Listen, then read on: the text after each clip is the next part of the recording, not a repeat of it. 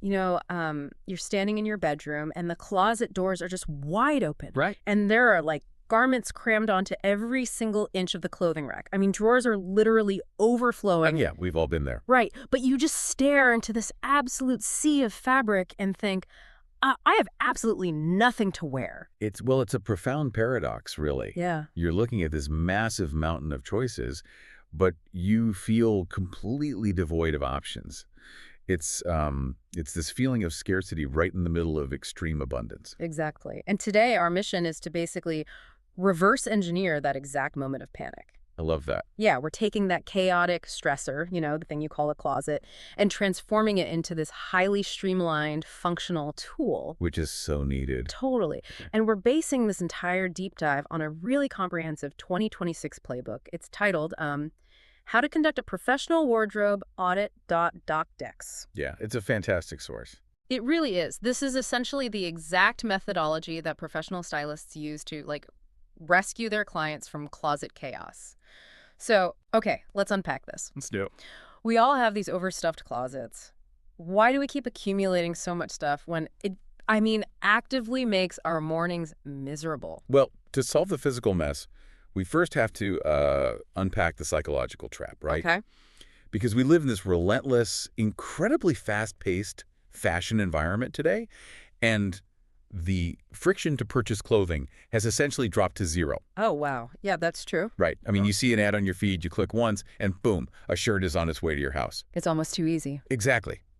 This hyperconvenience completely bypasses our critical thinking, and it leads to just constant impulsive buying. Right. But the cost isn't just financial. When you pack your closet with items you rarely wear, you're actively creating this massive cognitive burden for yourself every single morning. Yeah, the source material actually refers to this as decision fatigue, which really clicked for me. It's a great term for it. It really is. Think about your brain like a web browser. Okay. If you wake up and you walk into a closet that has, say, 100 open tabs like clothes that don't fit right, or, a sweater from 10 years ago, jeans with the tags still on. Oh, the tag's still on. The worst. Right. Yeah. It just drains your processing power before you've even had your coffee. You're spending all this precious mental energy just sorting through all that visual noise just to find the signal. That is a highly accurate way to frame it. Uh. Every single time your eyes land on an item you can't or won't wear, your brain still has to process it. Yeah. It evaluates it, and then it rejects it. And that burns willpower. Wow, I never thought about it like that. And an optimized wardrobe entirely eliminates that morning decision fatigue. Yeah. Because when every single item fits well, coordinates easily, and actually aligns with your personal style, choosing an outfit becomes completely effortless. Like a reflex. Exactly. It's a reflex rather than this daily stressful negotiation. And it goes way beyond just saving 5 minutes in the morning. The ripple effects of this are pretty massive. Oh, absolutely. And if we connect this to the bigger picture, keeping only useful pieces isn't just a personal productivity hack. Right. It's a deeply critical, eco-friendly practice. By gaining total clarity on what you actually own and utilize, you dramatically reduce your rate of consumption. Because you're not constantly buying new things. Precisely. You stop buying duplicate items because you already know you have the perfect black sweater. You curb those impulsive, trendy buys. Right. And on a macro level, this directly combats global textile waste. We're seeing modern style communities and tech-forward platforms like Apparelizer, for example, really pushing this concept. Yeah, Apparelizer's doing some cool stuff. They really are. They're helping individuals realize that rigorous wardrobe management doesn't just make you look better. Yeah. It actively promotes a more sustainable global lifestyle. So by curing our own morning headaches, we're actually kind of helping solve the fast fashion crisis. That brings a lot of weight to the process. It's not just tidying up. By reviewing the data of what we actually wear, we can finally see the patterns, in colors and fabrics and silhouettes that truly represent who we are. It's very revealing. It is. But man, the source material is pretty intense about how you start this process. Oh, the purge. Yeah. The very first mandate is to completely empty the closet. Drawers, storage boxes, the dark corners, everything comes out and gets dumped into a massive pile. Right. Because it's about confronting the physical reality of your consumption. Okay. You really need to see the sheer volume of what you own all at once without the neat boundaries of the closet doors to sort of hide it.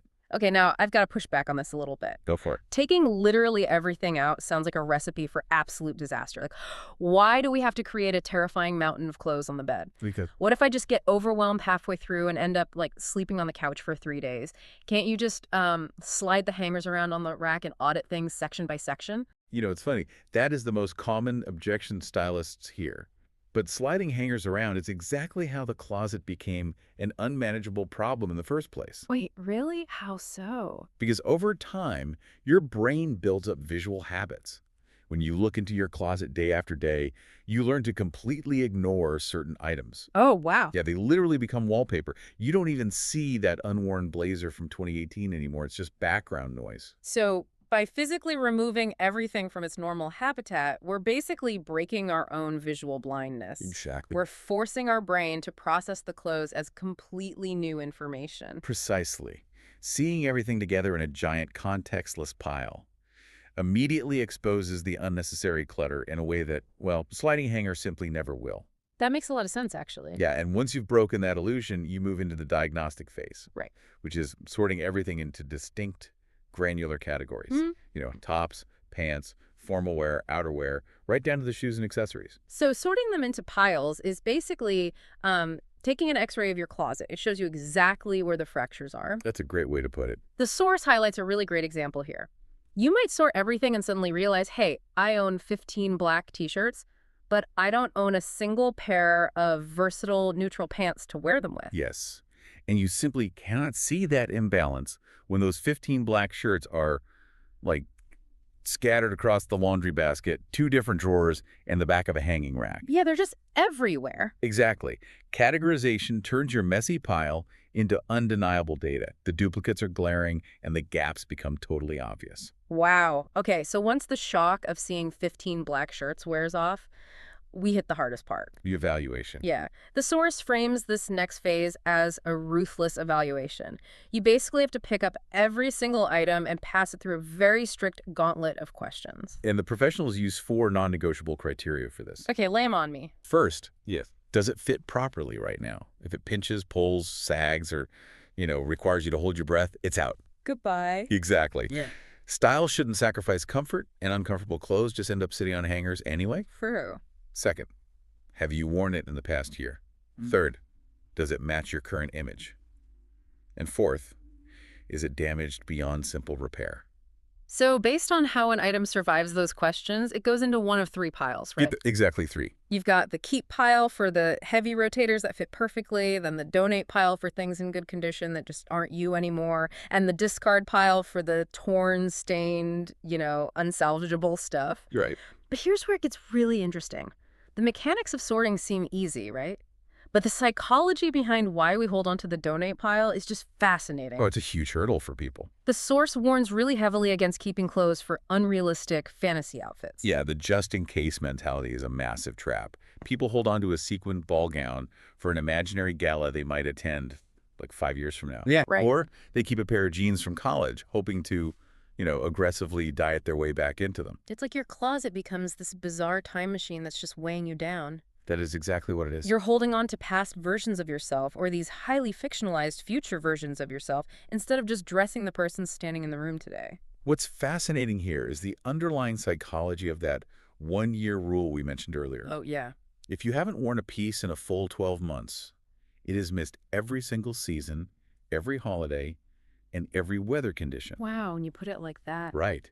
That means your daily realities, your career, or your aesthetic have evolved without you fully acknowledging it. That's deep. It is.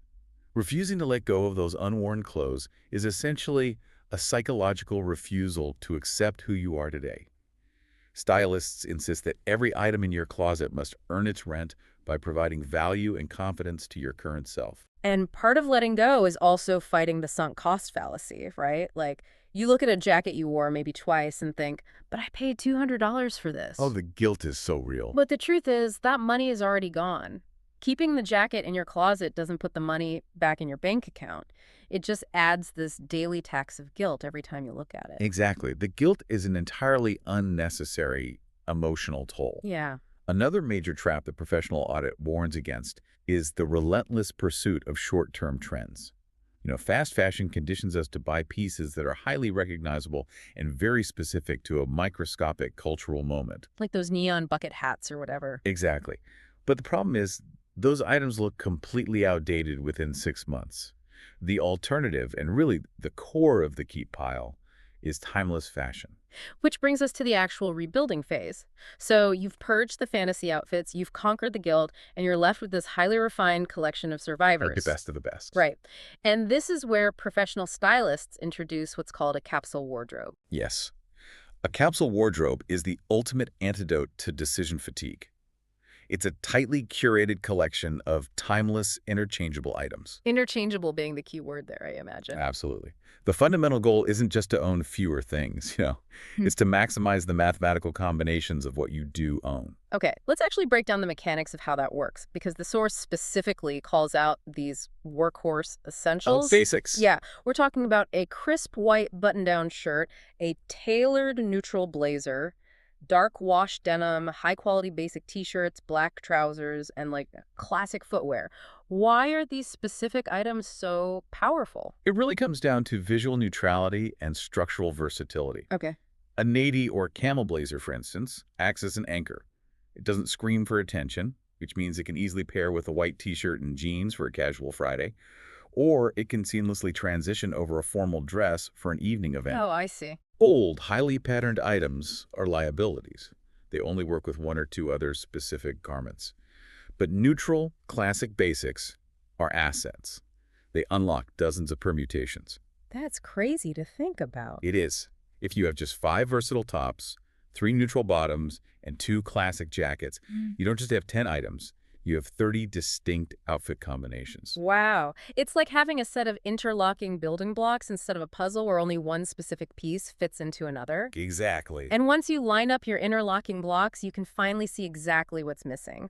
Because you did that ruthless purge earlier, the gaps in your wardrobe become totally obvious. They really do. You might realize, hey, I have great professional wear, but my casual weekend layering pieces are totally non-existent. And identifying those gaps is the bridge between auditing and maintenance. Right. Once you know exactly what is missing to complete your combinations, you transition from being a reactive consumer to a strategic investor. I love how the source approaches this. Once you identify the gaps, you have to make a highly targeted shopping list. Yes. The strict list.